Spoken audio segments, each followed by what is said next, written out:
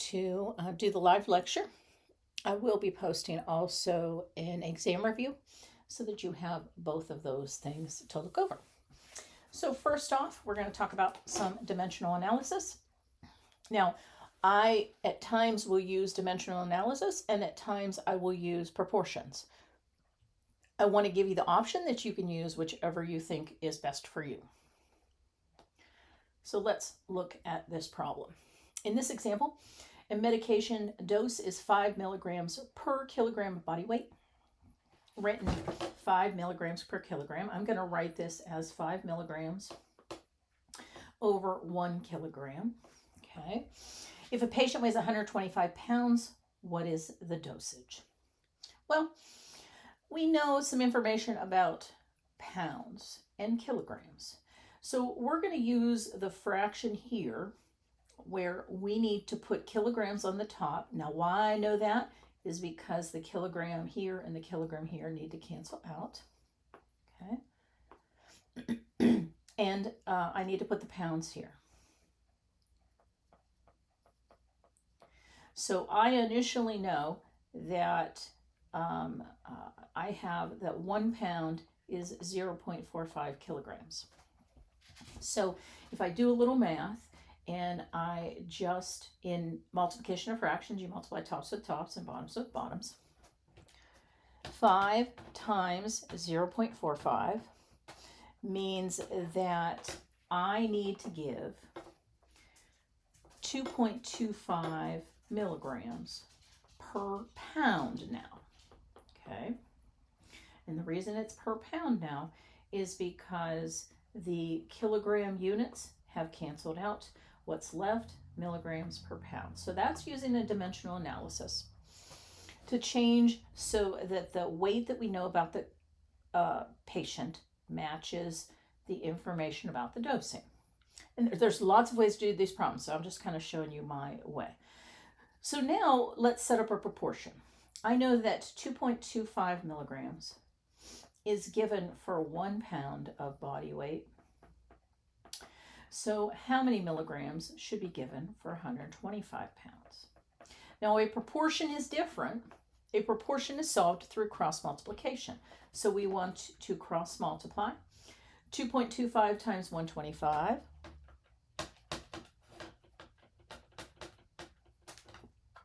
is 281.25 milligrams, will equal 1 times x, which is just x.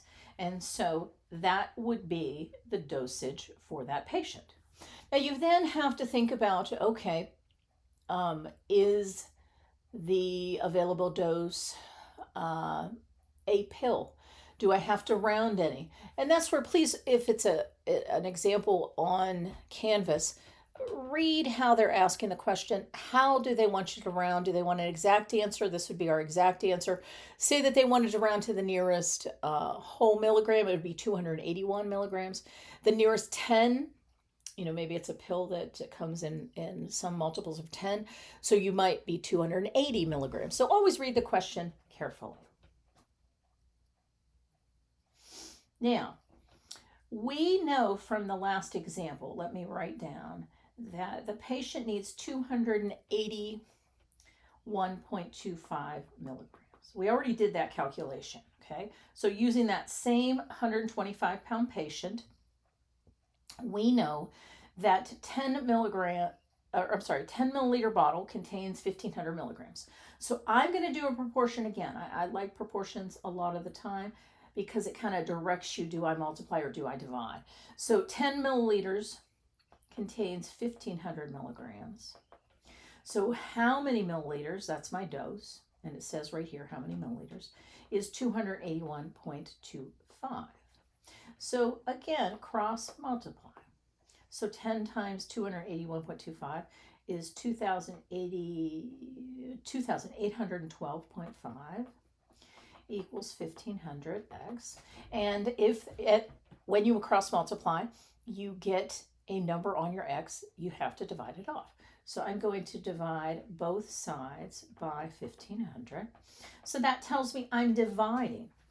Oh, I'm sorry if I should write that correctly. There we go. And so if we do on our calculator, 2,812.5 divided by 1,500, our calculator reads approximately 1.875 milliliters. Now, maybe you have a measurement device that rounds to the nearest tenth. We would make that 1.9. If it rounds to the nearest whole milliliter, it would be 2. So at this point, that's our exact answer. And then we have to see what type of measurement device would we have that would make it the most accurate dose possible for that patient. Now, it says that we want 5 milligrams per kilogram, which was the initial dose, given per minute. Now, we know that that dose is the 1.875 milliliters. So we can really say that we have for this patient to give them 1.875 milliliters per minute. And we want it to be milliliters per hour. So this is where I'm going to use dimensional analysis. I think it's a good idea when you have time. It's not a bad idea. We know that we need minutes up here. We want to convert that to hours. We know the minutes are in the opposite location that they were in the original. So we know that 60 minutes is 1 hour. To multiply fractions, we multiply tops with tops, bottoms with bottoms. So our units, check if they're correct. Our minutes have canceled. We're left with milliliters per hour, which is what we want. Check it right here, milliliters per hour. And we just do 1.875 times 60. So we would want 112.5 milliliters every hour. Excuse me. Now that might mean that we have to round that to 113 milliliters per hour. What are the settings of the machine we're using? How close can we get for accuracy? Let's take a look at this. Now, brand new problem, brand new weight, everything. I am going to use dimensional analysis. I think that will be a good one here, okay? We are giving 8 micrograms per kilogram per minute, okay? So 8 micrograms per kilogram. And I'm just doing this part first, okay? We'll do the time in a minute. So we want the dosage to become milliliters, okay? So if we look at, this is 1 kilogram. So we want kilograms here and we want pounds here.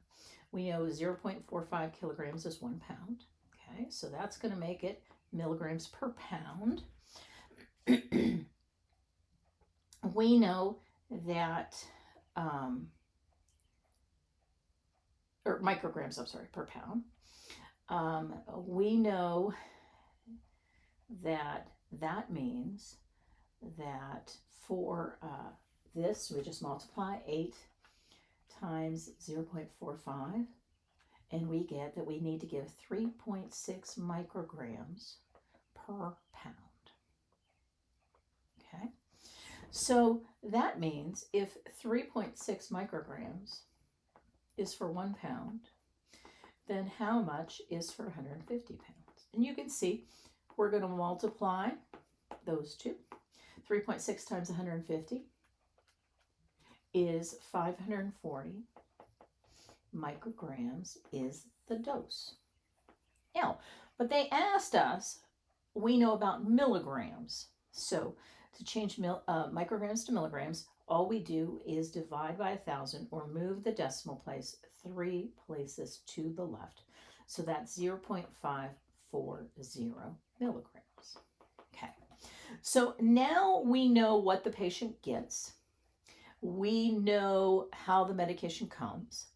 And so that is, remember, that is how many milligrams our patient needs. Okay, so And remember, that was per minute. So I need to give 0.540 milligrams per 1 minute. And I want to change that into milliliters per hour. Okay. So how does milligram become milliliters? Well, that is this information right here. So let's change that.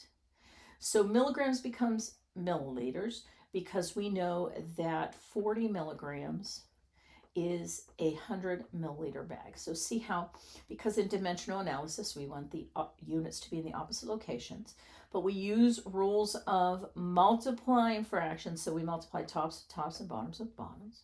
Okay. So now we've got the milligrams canceled. We have milliliters per minute. We want milliliters per hour. So we need minutes here. So we can switch those to hours, cancel out the minutes. 60 minutes is 1 hour. So now you'll notice that our minutes are canceled. What's the units that are left? Milliliters per hour. What do we want our answer to be? Milliliters per hour. To multiply fractions, multiply tops with tops, bottoms with bottoms. There's some canceling you can do, but you got a calculator, just do that. So 0.540 times 100 times 60 is 3,240 milliliters. And 1 times 40 times 1 is 40. And so now, as soon as we divide by 40, 3240 divided by 40, we got the answer we want. So it's 81 milliliters per hour. So lots of different things to think about in these problems when you are doing not only how much should that patient get because of their weight, then how much should that a patient get if we know in minutes and we need hours. And so there's lots of different things to think about. So those are some of the hardest type. Okay, so I'm going to stop there for the live lecture, and then I will post a video for the exam review.